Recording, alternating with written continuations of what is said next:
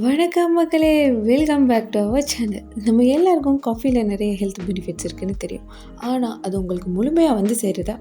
அதை பற்றி தெரிஞ்சுக்க இந்த வீடியோவை கடைசி வரைக்கும் ஸ்கிப் பண்ணாமல் பாருங்கள். நான் ஃபர்ஸ்ட் ஆஃப் ஆல் காஃபியில் உள்ள ஹெல்த் பெனிஃபிட்ஸை பற்றி சொல்லிடுறேன். காஃபியில் நிறைய ஆன்டி ஆக்சிடென்ட்ஸ் இருக்குது. அதுலேயும் பிலிஃபினோல்னு சொல்லியிருக்க ஆன்டி ஆக்சிடென்ட் நம்ம மென்டல் அலர்ட்னஸை அவாய்ட் பண்ணி ஃபோக்கஸை இம்ப்ரூவ் பண்ணுது. அதோட எனர்ஜி லெவலில் இன்க்ரீஸ் பண்ணி ஃபிசிக்கல் பர்ஃபார்மன்ஸை என்ஹான்ஸ் பண்ணுது. காஃபியை ரெகுலராக இன்டேக் பண்ணுறனால பிளட் சுகர் லெவல் ரெகுலேட் ஆகி கேன்சர், டயபெட்டிக் ரிஸ்க் கம்மியாகுது. அது மட்டும் இல்லாமல் நம்ம ஹார்ட், லிவர், பிரெயின் ஹெல்த்தை பூஸ்ட் பண்ணுது. காஃபியில் இருக்கக்கூடிய இன்னொரு மெயின் இன்க்ரீடியன்ட் பார்த்தீங்கன்னா கெஃபின். இது நம்ம காஃபி இன்டேக் பண்ணி 6 to 12 hours நம்ம பாடியில் ஆக்டிவாக இருக்கும். கேஃபீன் நம்ம சென்ட்ரல் நர்வஸ் சிஸ்டம்க்கு போயிட்டு நம்ம பிரெயினை அவேக்கனாக வச்சுருக்கு. ஸோ இது மார்னிங் டைம் இன்டேக் பண்ணுறதுக்கு ரொம்பவே சூட்டபுளாக இருக்கும்.